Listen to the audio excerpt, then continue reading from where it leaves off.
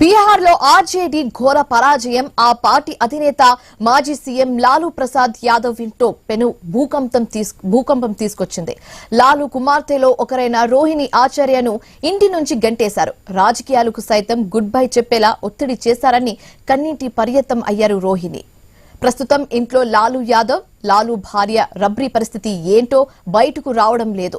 కానీ ఫలితాల తర్వాత తేజస్వి యాదవ్ తో పాటు తేజస్వితో సన్నిహితంగా ఉండే సంజయ్ యాదవ్, రజీంలు కలిసి ఏదో చేశారనే అనుమానాలు వ్యక్తమవుతున్నాయి.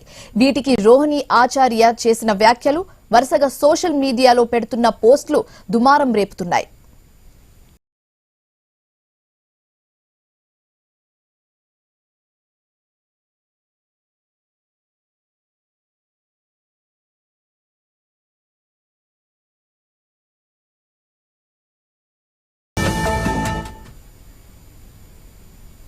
ఫలితాలు వచ్చిన వెంటనే ఇంట్లో ఒక కుమార్తె, సోదరి, గృహిణి, తల్లి అవమానం ఎదుర్కొన్నారని, అసభ్యకరంగా తిట్టారని, కొట్టేందుకు చెప్పులు కూడా ఎత్తారని సంచలన ఆరోపణలు చేశారు రోహిణి.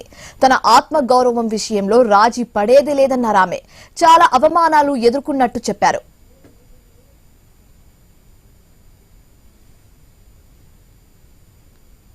नहीं, मेरा कोई परिवार नहीं है।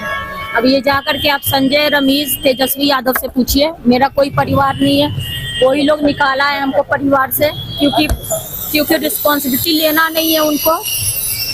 पूरा दुनिया बोल रहा है जो चाणक्य बनेगा तो चाणक्य से आप सवाल पूछिएगा। जब कार्यकर्ता चाणक्य से सवाल कर रहा है, पूरा देश दुनिया सवाल कर रहा है कि पार्टी का ये ऐसा हाल क्यों हुआ। अब जब संजय और रमीज इन लोग का नाम लीजिए तो आपको घर से निकाल दिया जाएगा, आपको बदनाम किया जाएगा, आपको गाली दिलवाया जाएगा, आपके ऊपर चप्पल उठा करके मारा जाएगा। दीदी అమ్మను ఇంటిని వదిలేసి వెళ్లిపోతున్నట్టు చెబుతూ తనను అనాథను చేశారన్నారు రోహిణి. ఏ కుటుంబానికి రోహిణి వంటి కుమార్తె, సోదరి ఉండకూడదని భావోద్వేగ పోస్టులు పెట్టారు. తనను మురికిదానివని తిట్టారని వాపోయారు రోహిణి.